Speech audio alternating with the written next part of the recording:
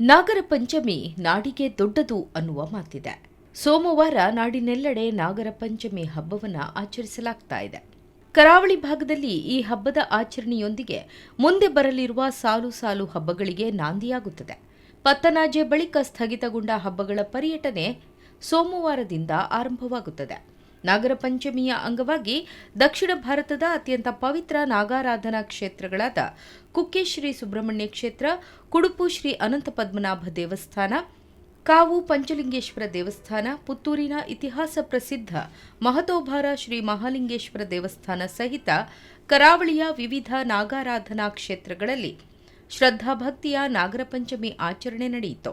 ಕುಡುಪು ಕ್ಷೇತ್ರಕ್ಕೆ ಬೆಳಗ್ಗೆ 5 ಗಂಟೆಯಿಂದಲೇ ಭಕ್ತಾದಿಗಳು ಆಗಮಿಸಲು ಆರಂಭಿಸಿದರು. ಇಡೀ ದಿನ 50,000ಕ್ಕೂ ಅಧಿಕ ಮಂದಿ ದೇವರ ದರ್ಶನವನ್ನು ಪಡೆದರು. ನಾಗಬನದಲ್ಲಿ ಶ್ರೀ ವಾಸುಕಿ ನಾಗರಾಜ ದೇವರಿಗೆ ಧಾರ್ಮಿಕ ಕಾರ್ಯಕ್ರಮಗಳು, ತಂಬಿಲ ಸೇವೆಗಳು ನಡೆದವು. ನಾಗದೇವರಿಗೆ ಹಿಂಗಾರ, ಕೇದಗೆ, ಸಂಪಿಗೆ ಹೂ ಭಕ್ತರಿಂದ ಅರ್ಪಣೆಗೊಂಡಿತು. 50,000ಕ್ಕೂ ಅಧಿಕ ಸಿಯಾಳ, 10,000ಕ್ಕೂ ಅಧಿಕ ನಾಗತಂಬಿಲ, 500ಕ್ಕೂ ಅಧಿಕ ಕ್ಷೀರಾಭಿಷೇಕ, 5,000ಕ್ಕೂ ಅಧಿಕ ಪಂಚಾಮೃತ ಅಭಿಷೇಕ ಸೇವೆ ನಡೆಸಲಾಯಿತು. ಸಾವಿರಾರು ಮಂದಿ ಅನ್ನಪ್ರಸಾದ ಸ್ವೀಕರಿಸಿದರು.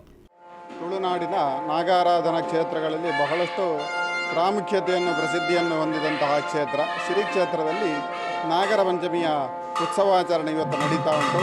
ಶ್ರೀ ಕ್ಷೇತ್ರದಲ್ಲಿ ಪ್ರತಿಷ್ಠಾಪಿತರಾಗಿರುವಂತಹ ನಾಗದೇವರಿಗೆ ಮುಂಜಾನೆ 5 ಗಂಟೆಯಿಂದ ಪ್ರಾರಂಭವಾಗಿ ನಿರಂತರವಾಗಿ ಕ್ಷೀರಾಭಿಷೇಕ ಹಾಗೆ ನಾಳಿಕೇರಾಭಿಷೇಕ ಇತ್ಯಾದಿಗಳು ನಡೆದು ನಿತ್ಯ ನಿರಂತರವಾಗಿ ಪೂಜೆಗಳು ನಡೀತಾ ಇದೆ. ಭಕ್ತರು ತಮ್ಮ ಸೇವಾರೂಪದಲ್ಲಿ ಪಂಚಾಮೃತಾಭಿಷೇಕ ಸೇವೆ, ಅದೇ ರೀತಿ ತಂಬಿಲ ಸೇವೆಗಳನ್ನು ದೇವರಿಗೆ ಸಲ್ಲಿಸಿ ದೇವರ ಪ್ರಸಾದವನ್ನು ಸ್ವೀಕರಿಸಿ ಕೃತಾರ್ಥರಾಗುವಂತಹ ಪುಣ್ಯ ದಿವಸ.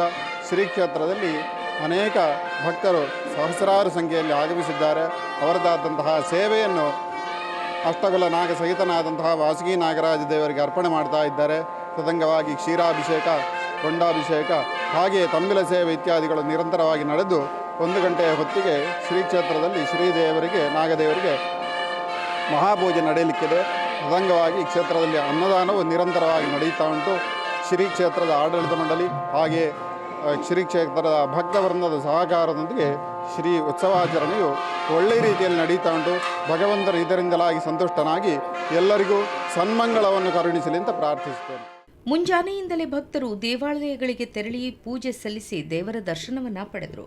ಕರಾವಳಿಯಲ್ಲಿ ನಾಗರ ಪಂಚಮಿಯಂದು ಎಲ್ಲರೂ ತಮ್ಮ ಪೂರ್ವಜರಿಂದ ಬಂದ ಕುಟುಂಬದ ಮೂಲ ನಾಗಬನಗಳಿಗೆ ತೆರಳಿ ತನು ಅರ್ಪಿಸುವ ಪದ್ಧತಿ ಇದೆ. ಇನ್ನು ಕುಡುಬಿ ಸಮಾಜದ ಪ್ರಮುಖ ಮೂಡಬಿದ್ರೆ ಸಮೀಪದ ಕೊಂಪದವು ಸಂಕೇಶ ನಾಗಬನದಲ್ಲಿ ನಾಗದೇವರಿಗೆ ಹಾಲಾಭಿಷೇಕ, ಸಿಯಾಳಾಭಿಷೇಕ, ತನು ತಂಬಿಲ ಸಮರ್ಪಣೆ ಸಹಿತ ನಾಗರ ಪಂಚಮಿಯು ಸಾವಿರಾರು ಭಕ್ತರ ಸಮ್ಮುಖದಲ್ಲಿ ಕರಾಡ ಬ್ರಾಹ್ಮಣ ಶ್ರೀ ವೇದಮೂರ್ತಿ ಪ್ರಭಾಕರ ಭಟ್ ಮಂಗಳೂರು ಅವರ ಪೌರೋಹಿತ್ಯದಲ್ಲಿ ವೈಭವದಿಂದ ಜರುಗಿತು. ಈ ಬಾರಿ ನಾಗದೇವರ ಬಿಂಬಗಳಿಗೆ ಮನೆಯಲ್ಲಿಯೇ ಬೆಳೆದ ಹೂಗಳಿಂದ ಅಲಂಕರಿಸಿ ಹೊರಗಿನಿಂದ ಬಂದಂತಹ ಹೂಗಳನ್ನು ನಾಗಬನದ ಅಲಂಕಾರಕ್ಕೆ ಬಳಸಿ ಪ್ಲಾಸ್ಟಿಕ್ ಮುಕ್ತವಾಗಿ ಆಚರಿಸಿ ಗಮನ ಸೆಳೆಯಲಾಯಿತು. ಇನ್ನು ನಾಗಪಂಚಮಿ ಪ್ರಯುಕ್ತ ಮೈರ್ಪಾಡಿ ಶಾಂಭಟ್ ನಾಗಬನದಲ್ಲಿ ಶ್ರೀ ನಾಗೇಶ್ ಅವರ ನೇತೃತ್ವದಲ್ಲಿ ವಿಶೇಷ ಪೂಜೆ ಪ್ರಾರ್ಥನೆ ಸಲ್ಲಿಸಲಾಯಿತು. ಸಾವಿರಾರು ಭಕ್ತಾದಿಗಳು ನಾಗದೇವರಿಗೆ ತನು ತಂಬಿಲ ಸಿಯಾಳವನ್ನು ಸಮರ್ಪಿಸಿದರು. ಇನ್ನು ಉಡುಪಿ ಜಿಲ್ಲೆಯ ವಿವಿಧೆಡೆ ಶ್ರದ್ಧಾಭಕ್ತಿಯಿಂದ ನಾಗರ ಪಂಚಮಿಯನ್ನು ಆಚರಿಸಲಾಯಿತು.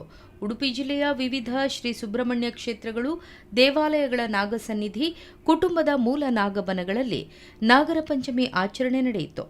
ವಿಶೇಷ ಪೂಜೆ, ಧಾರ್ಮಿಕ ಕಾರ್ಯಕ್ರಮಗಳು ನಡೆದವು.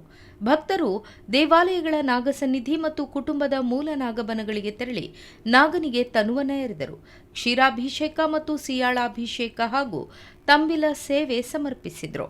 ಏತನ್ಮಧ್ಯೆ ಭಯ, ಭಕ್ತಿ ಮತ್ತು ಶ್ರದ್ಧೆಯ ಪ್ರತೀಕವಾಗಿ ನಮ್ಮ ಕರಾವಳಿಯಲ್ಲಿ ಆರಾಧಿಸಲ್ಪಡುವ ಪ್ರಕೃತಿ ನಾಗದೇವರ ಕಲ್ಪನೆಯಡಿಯಲ್ಲಿ ರಚನೆಗೊಂಡ ನಾಗಬನ ಎಂಬ ಶೀರ್ಷಿಕೆಯಡಿ ಸೇವ್ ನೇಚರ್ ಎಂಬ ಸಂದೇಶವನ್ನು ಸಾರುವ ವಿಶೇಷ ಮರಳು ಉಬ್ಬು ಕಲಾಕೃತಿ ಕೋಟೇಶ್ವರದ ಹಳೆ ಅಳಿವೆ ಕಡಲ ಕಿನಾರೆಯಲ್ಲಿ ಆಕರ್ಷಿಸಲ್ಪಟ್ಟಿತು.